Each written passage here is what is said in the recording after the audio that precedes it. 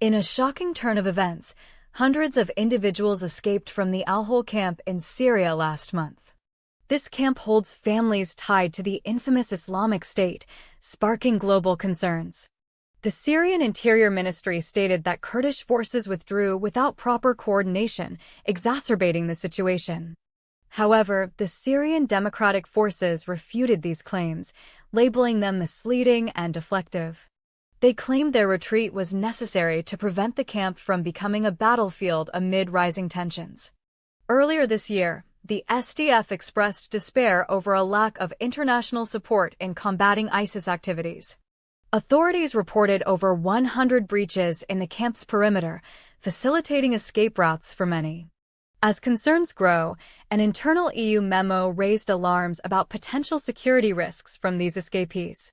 U.S. intelligence suggests as many as 20,000 individuals, including ISIS affiliates, may now be at large.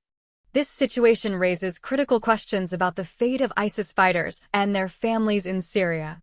The SDF had previously been a key ally of the U.S. in combating ISIS, but find themselves increasingly isolated.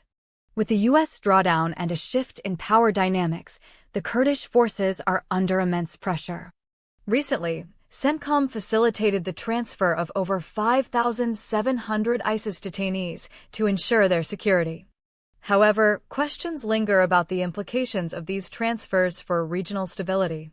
ISIS initially emerged from the remnants of al-Qaeda, but the loss of territorial control doesn't mean the end. The group's warning signs have re-emerged, igniting fears of a resurgence amid the chaos following Assad's regime. Global pressure mounts on nations to repatriate their citizens, many of whom are women and children. Australian PM Anthony Albanese recently affirmed a refusal to repatriate Australian citizens linked to ISIS. Countries remain hesitant due to national security concerns, especially regarding potential threats from returnees. As this complex situation unfolds, the international community faces a critical crossroads in addressing global security.